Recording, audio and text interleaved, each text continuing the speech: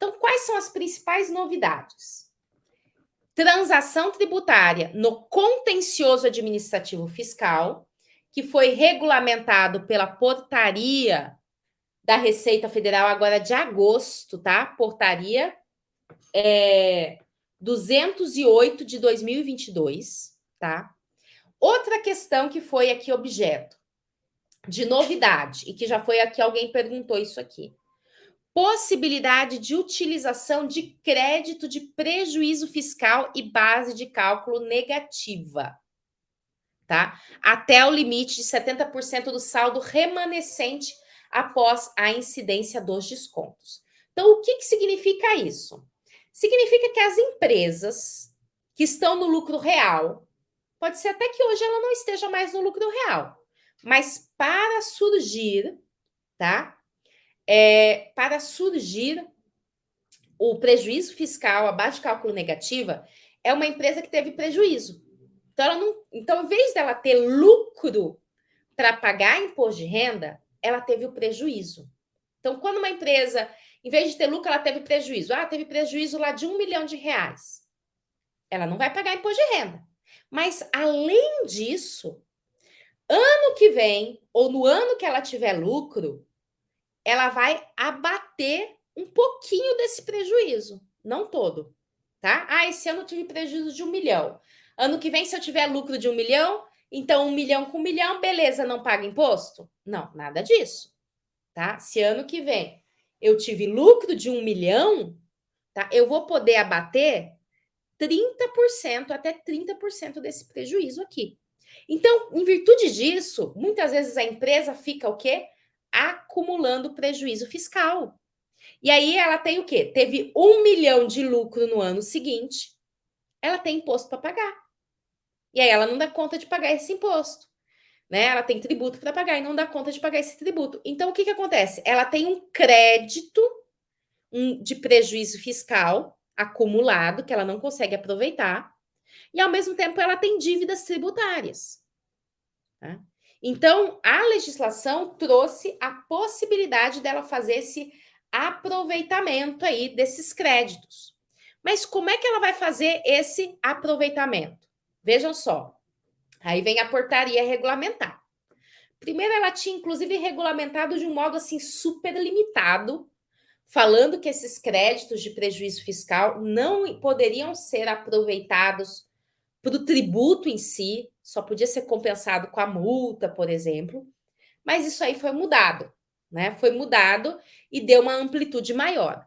Então, olha só o que diz o artigo 36 da portaria PGFN.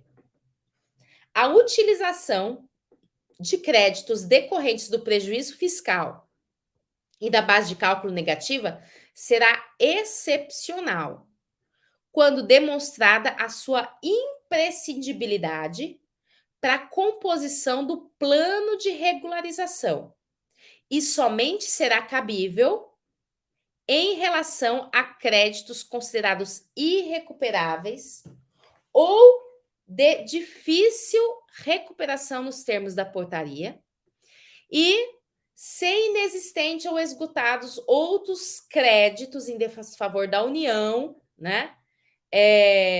Precatórios e assim por diante, tá? E artigo 37.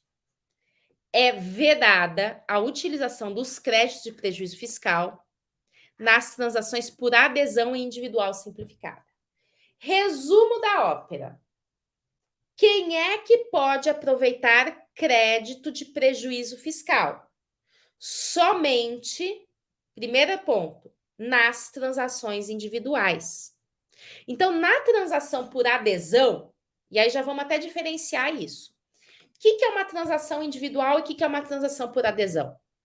A transação por adesão é essa listinha que a gente fala, ó, a transação do PERSE é por adesão, por exemplo, né? A transação de pequeno valor é por adesão. A regularização do Simples Nacional é por adesão. A transação do FGTS é por adesão.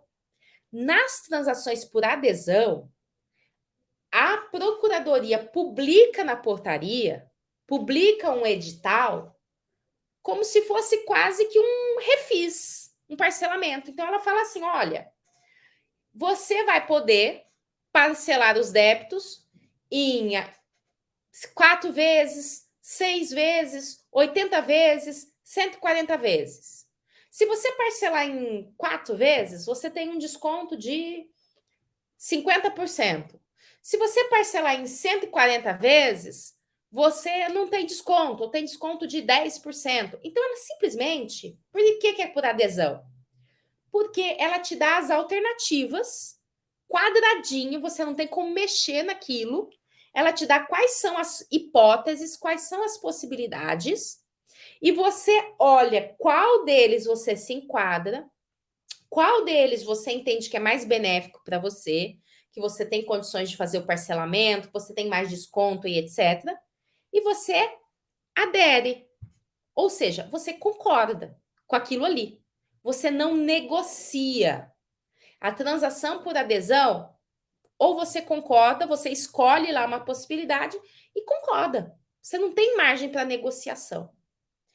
Quando que você tem margem para negociação? Na transação individual, tá? Na transação individual, você vai fazendo uma proposta mesmo, tá? Uma proposta, uma petição ali, uma proposta para a procuradoria, falando assim: olha, eu tenho um determinado débito e eu faço a seguinte proposta: de pagar isso aqui em 80 vezes, com desconto de 50%, porque. E aí você vai justificar por quê, né? Você vai mostrar que se for de outro jeito, você não consegue pagar. Que é bem a negociação. Olha, veja que quanto, inclusive na proposta, quando você tem a proposta individual, você mostra todas as suas despesas. Você fala assim: olha o que eu gasto com aluguel. Olha quanto é minha folha de pagamento. Olha a minha dívida aqui com os fornecedores. Olha os débitos aqui que eu tenho. Olha quanto é que está sendo o meu faturamento mensal.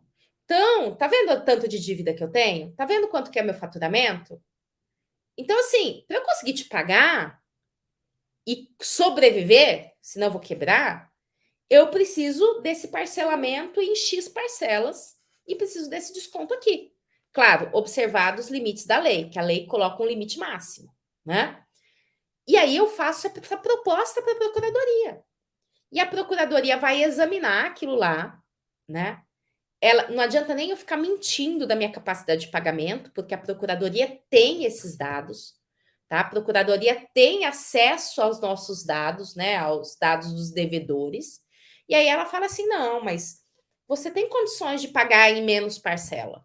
E aí vai uma negociação, tete a tete ali com o procurador responsável por esse caso.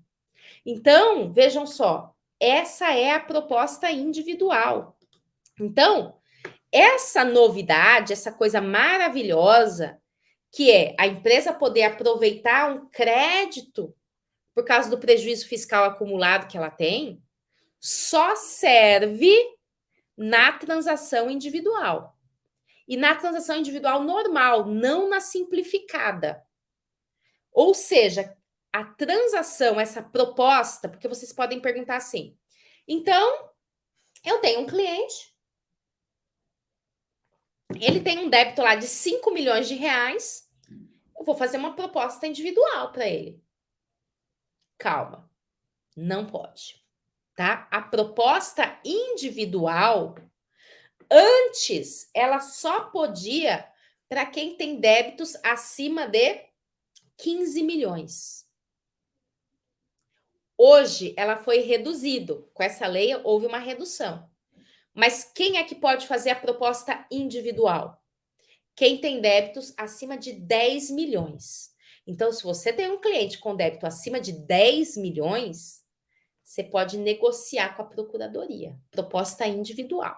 Menos que isso, não. Né? Só que aí veio novamente essa lei, né? A lei 14.375, e trouxe uma novidade, que é isso aqui que o Eliezer está perguntando. Proposta individual simplificada. Ela é para débitos entre 1 milhão e 10 milhões. só que ela ainda não está em vigor. Ainda não dá para fazer. Então, se você tem algum cliente que tenha débitos entre 1 e 10 milhões, vai fazer uma gestão do passivo dele. Por quê? Porque é a partir de 1º de janeiro, tá? Né? Uma das outras novidades aqui, ó. Transação, essa última aqui, ó, que eu mencionei. Transação individual simplificada, de 1 a 10 milhões de reais, a partir de 1º de janeiro de 2023, que vai ser possível isso.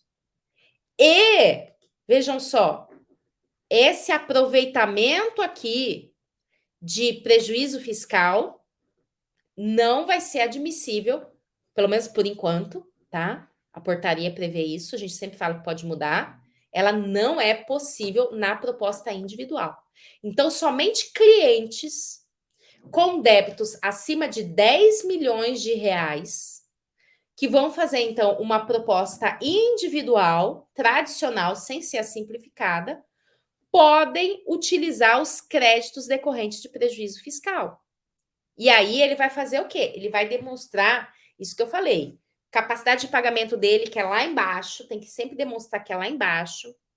Tem muita dívida, o faturamento dele não dá para pagar tudo aquilo, certo? O dinheiro que ele tem, o faturamento que ele tem, não dá para fazer um pagamento normal de parcelamento.